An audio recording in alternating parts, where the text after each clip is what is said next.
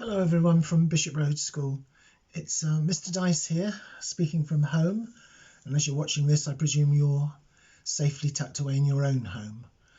I'm just producing a series of videos for you that'll help you with one or two art projects, which hopefully will get you started off so that you can have your own creative splurges and do all sorts of wonderful things art-wise while you're at home.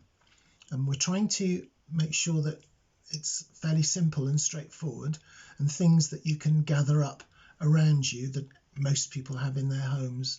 So hopefully we'll make it as easy as possible for you, but as much fun, and I hope you'll be pleased with what we produced. The first piece of work that we're going to be concentrating on is creating something called a still life.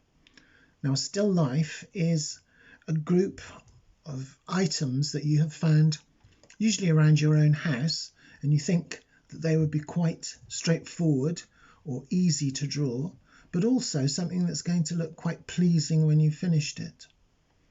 Now, I'm going to show you in a minute how we make sure that these items stay in size, scale and proportion, but I'm going to show you that on another piece of paper. Your first job would be to go around the house and find some items that you think might fit together in a way that would be pleasing.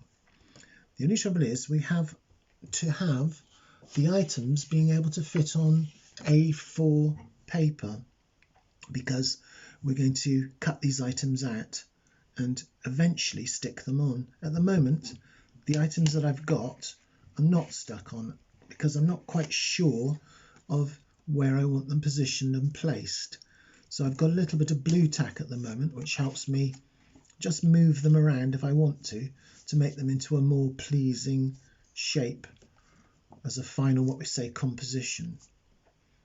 Now, to enable you to do this, we're going to need some sheets of A4 paper, a Pritt stick or some glue. We're going to use, that's rolling off, I'm going to use my eraser as a little way of stopping that, a pair of scissors and your pencil. Now that's all you will need to create this still life. Now you've got two ways of doing that still life. You can either go and find the things first of all and take them back and transfer them onto paper by drawing them, copying them carefully, or you can start off with a grid. And this grid is quite helpful because that grid will then give you the sizes of the things that you want to find or you need to find around your house. For instance, I might in this section put my biscuit cutter, and I know that that's just about the right size and it will fit in with the other things that I've got here. Now I've also got a little nutmeg grinder, so I'm going to place that there in that space. I've got a jug that I'm going to fit here. In fact, I'll show you like that, that's a little bit better. And my spoon should just fit about here. Now, as I say, you can do it both ways. You can go and get the things first of all and then draw the boxes around them so that you haven't got too much space around the outside. And then there's two ways of going about this. You can either, if you need to, you can draw, if you're one of the younger people in school, you could draw around and that would give you the shape that you required. If you're someone who's slightly older, you might want to have a go at drawing that yourself. And these are going to be at an angle. I'm just doing a rough sketch here at the moment. I'm trying to do it in quite a heavy line so you can see what I'm doing, like so. And then we've got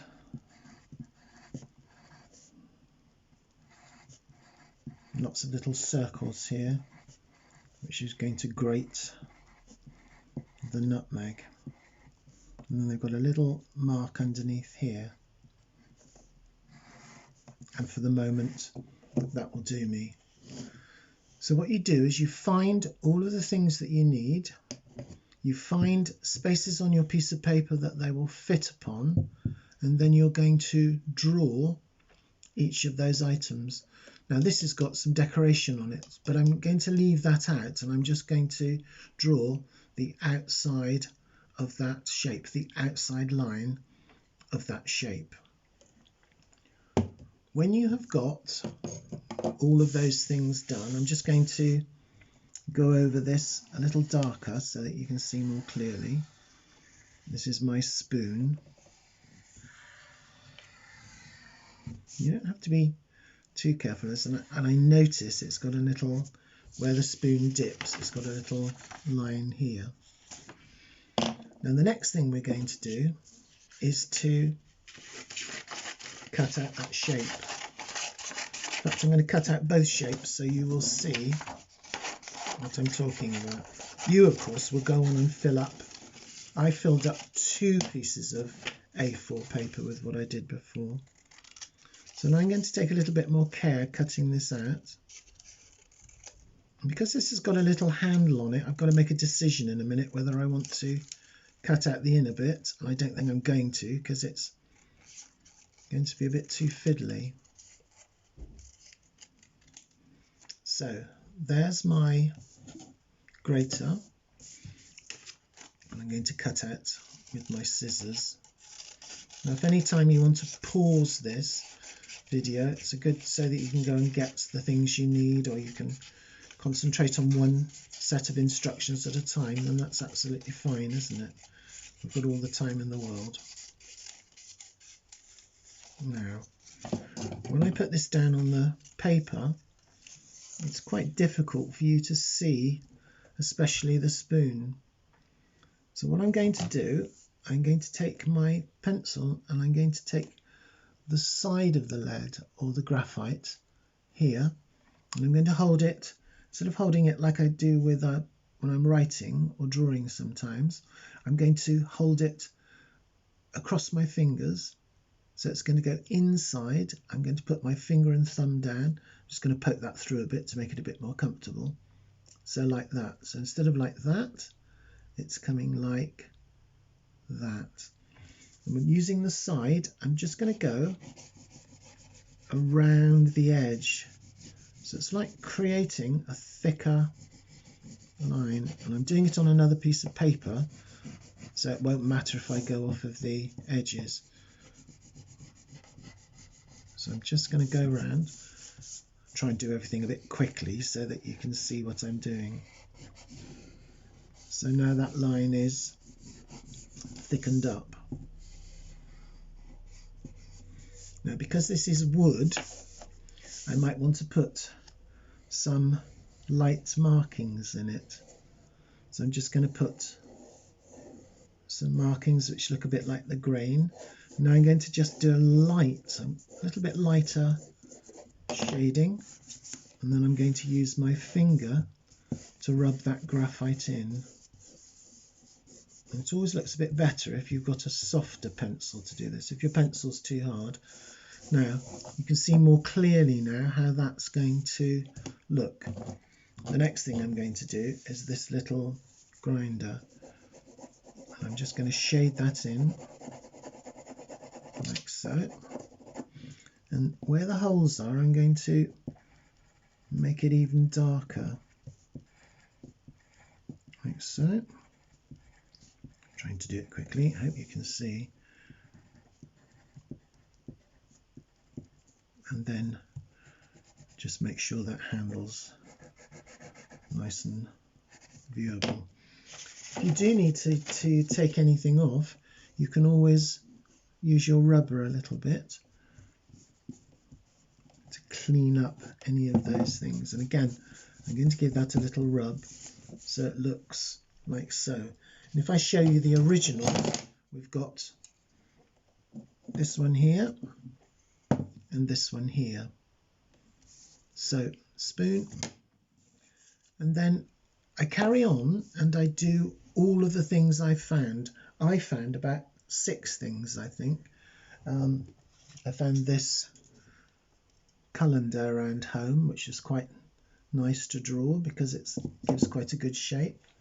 I found, what else did I find? I found a little bottle that fits on an A4 piece of paper.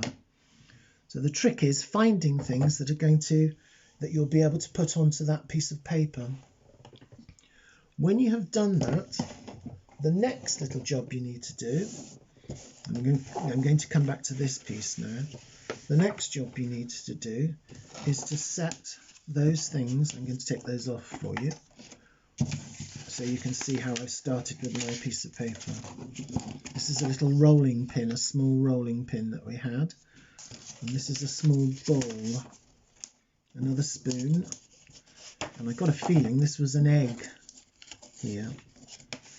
So on my piece of paper, I'm going to put down my spoon. And I think I'm going to put that there, and I'm going to put my grinder here. So maybe I'll put it underneath so that the spoon's covering up a bit of the grinder. And this is one of the last things that you need to do, is to try and position those things on the paper so that they seem to have what we call a relationship with each other. And the space in between is almost as important as the spaces that we have created with our shapes. So it's endless. You can have a go and make sure that you're happy. Now, when you are happy, you think you've filled in the space, so you're very pleased with it. And I'm not sure about that one. I'm going to put another spoon here, I think, and we'll cross the spoons over. When you're happy with that, then you need to start gluing. And the way I would do it is to take one piece up at a time. If you take it all off, I think you'll forget what you were doing. So take one piece off at a time, some Pritt stick on the back, stick that one down. Now, I just noticed that it's going to stick over the top of this one. So this one might be a good one to do first of all, because this one's going over the top. So instead of doing that one, perhaps best to do this one.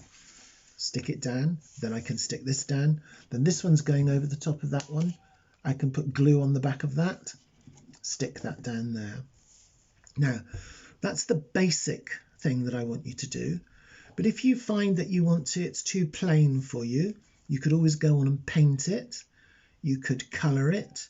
You could shade it even more with your pencil.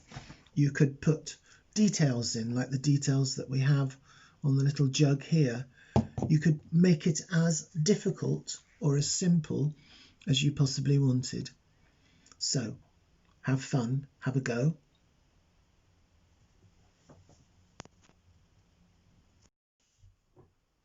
Now, I hope you have fun with that. I hope you have fun going around the house and finding things that you find pleasing. You might find them in your bedroom, you might find them in the kitchen. You could find them anywhere in the house, or the garden even.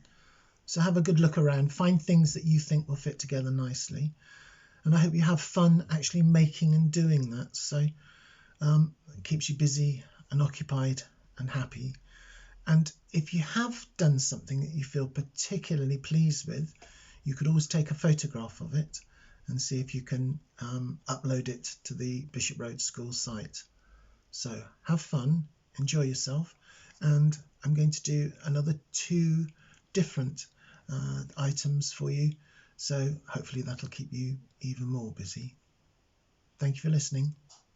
Bye.